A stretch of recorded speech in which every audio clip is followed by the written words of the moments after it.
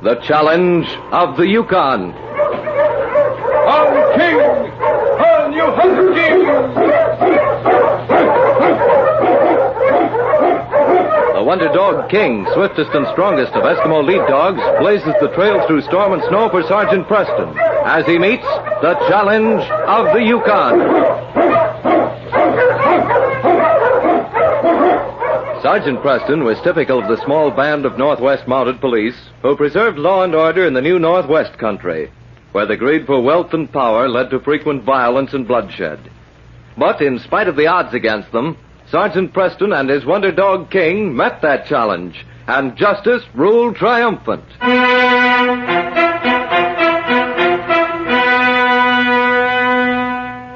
Benjamin Holmes had been a brilliant man, too brilliant. For who is to know or ever understand the strangest and most mysterious of all things, man's mind? In 1890, Professor Holmes had suffered a nervous breakdown, and everyone in Catalpa felt a great compassion for the small, kindly man who absently went his own way. Everyone smiled at his harmless peculiarities. That is, everyone except Joe Flaherty, who was deeply, and it seemed hopelessly, in love with Barbara Holmes. It was early evening in the spring, and on the broad, white-painted porch of the Holmes house in the quiet college town, Joe sat on the swing, talking to Barbara. Surely you can understand how I feel, Joe. No, I don't understand. You say you love me, Barbara. And I do. Oh, if that were true, you would have married me long before this. Why must we waste our lives? Why must you be... Because Dad needs me. Well, that's the answer to it, I guess.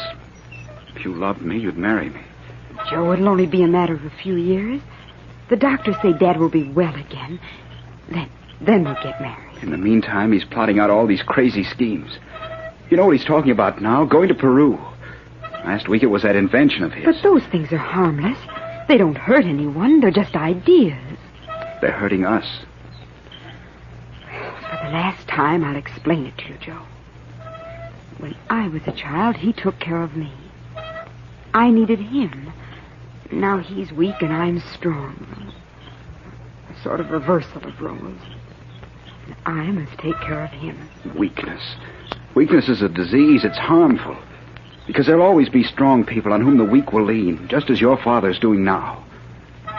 Send him to an institution. Joe.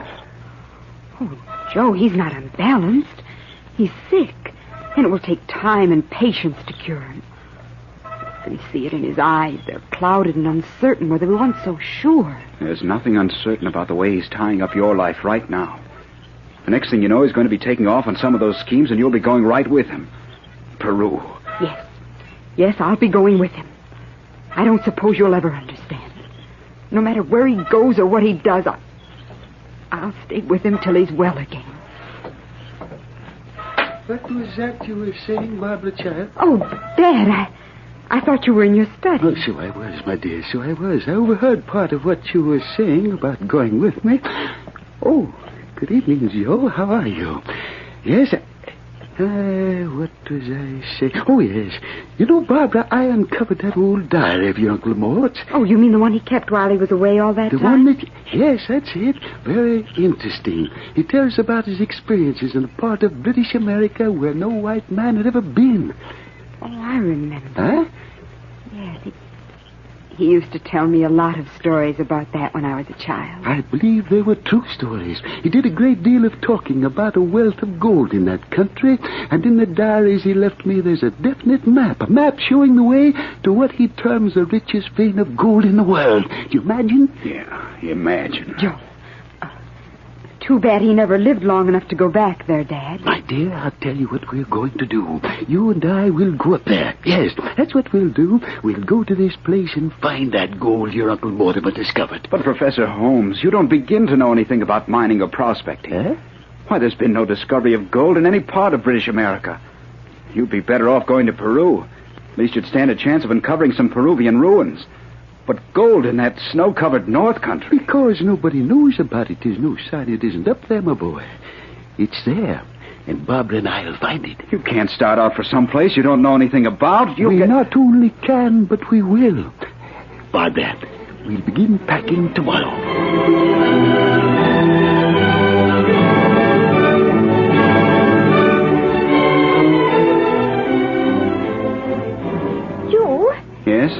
It's come. A letter from Barbara. From Bob? Here. Aren't you going to open it? Yes, of course. Are they coming back? Are they... Oh, now, isn't that ridiculous? I was so excited, I never even noticed the postmark. It's postmarked Dawson, Yukon Territory.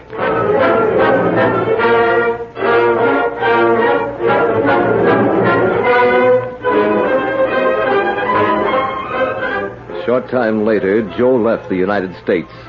The boat he took passed in mid-ocean, the small steamer that was to nose its way from Alaska through Puget Sound to dock in Seattle, bearing a cargo that would electrify the world, a ton of gold.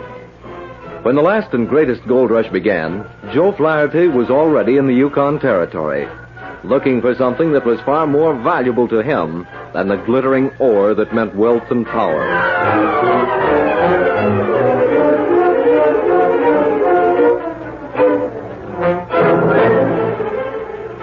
Several months after his arrival in the Yukon, Joe Flaherty lost his lead dog. In a country where dogs were the only sure means of transportation, he had to buy another one. That was how he came one day to bargain with an old-timer who sold huskies and malamutes. That's a good-looking dog there. Huh? That husky. Yeah. Listen, mister. That dog has the meanest disposition you ever seen. He'll kill anything on 4 legs. Or 2. I throw his feed into that there cage, but he's a working fool. Well, that's the lot of 'em. Got some mighty fine dogs here. How much for that husky? Joe Flaherty bought the husky. The dog's name was Duke, a mean and surly animal, his face and body marked by the teeth of the dogs and animals he'd met in combat. At heart, he was wild, but both the dog and the man recognized the silent bond that existed between them. Duke had been owned by many men, but he had accepted none of them as a master until Joe bought him. They covered countless hundreds of miles along the frozen trails of the Yukon. And then one night, they made camp with another man, Reverend Walden.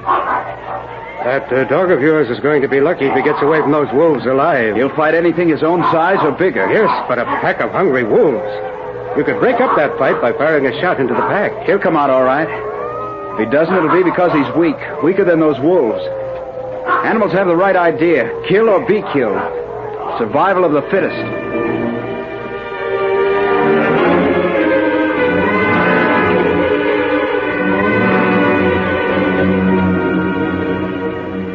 The next night, when he stood talking to Sergeant Preston and a friend of his, Reverend Walden spoke thoughtfully, his eyes staring unseeingly at the comfort of the small, warm cabin. And he stood there watching the fight, Sergeant. That dog was worth several $100s, but he wouldn't interfere because of that philosophy of his. That is odd. I've never known a man to risk a lead dog in a fight with wolves. Very foolhardy, I'd say. Yet, as I watched his face, I could see the struggle going on inside of him. He loved the dog. I've only seen a few men like him before. Well, another year or so, and he will have completely lost all compassion for human weakness and suffering. That sort of man frequently makes a very dangerous killer, doesn't he, Sergeant? Yes, that's sometimes the case, Reverend Walden. You say the dog came out all right in the fight. He killed one of the wolves, and I'm sure 1 or 2 more of them carried the marks of his teeth. There's no mistake about it. He's a fighter, wild and cunning, and merciless. The dog's name was Duke. And the man? A young fellow, Joe Flaherty. Flaherty? That's odd. Joe Flaherty. Could you describe him, Reverend Walden? Benjamin Holmes listened silently to the minister's description. Then the Mountie and the minister listened while he talked. So perhaps it would be a good idea if we were to meet this young man. He may be the same Joe Flaherty my daughter and I knew in Catawba. Well, he certainly needs understanding and help, Professor Holmes. He's been badly hurt spiritually, and I'm afraid he'd look on me as an intruder. We'll start out in the morning, Professor Holmes, you and I. I'm going up to Black Creek anyway, and from what Reverend Walden said, we should meet him along the trail. Splendid. We won't say anything to Barbara about it. I'm sure it would make her very happy to see an old friend. This is a rather lonely place for the girl. I'll see you in the morning then, Sergeant.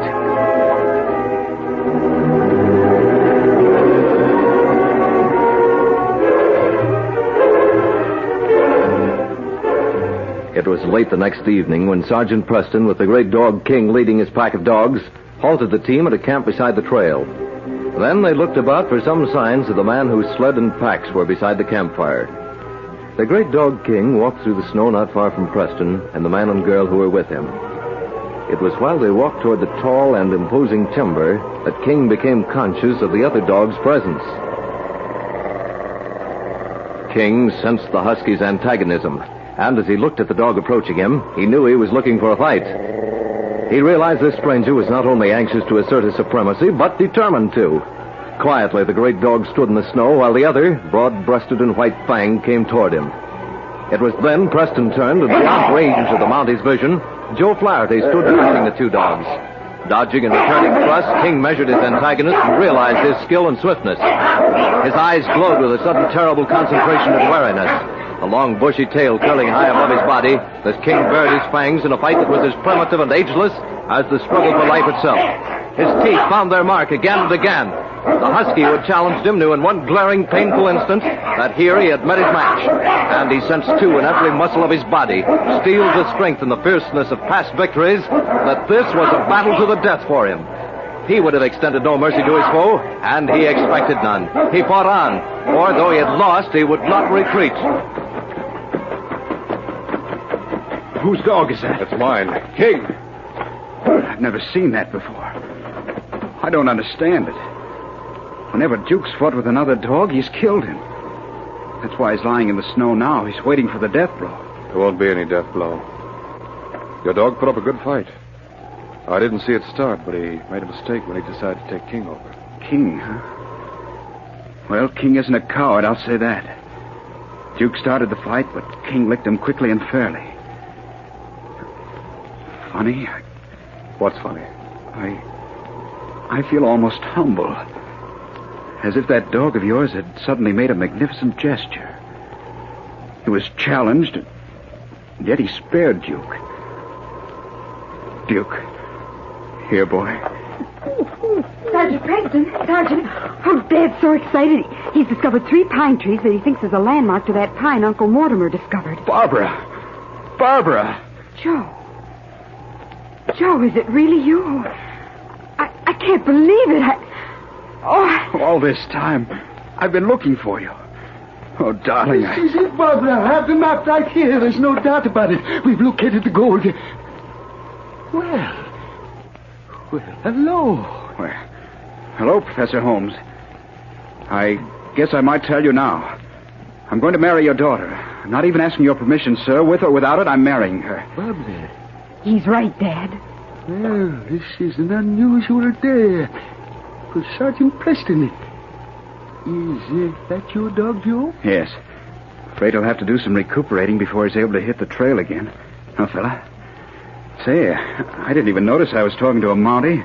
I'm Joe Flaherty. Glad to know you. King, old boy, let's see how you came out of that fight. No question about how he came out of it, Sergeant. Almost as good as new. But Duke here... kind of seems like the Duke bowed to the King. But don't let that bother you, fella. Because I've bowed to my Queen. Darling. Yes, fella. I think everything here's worked out all right.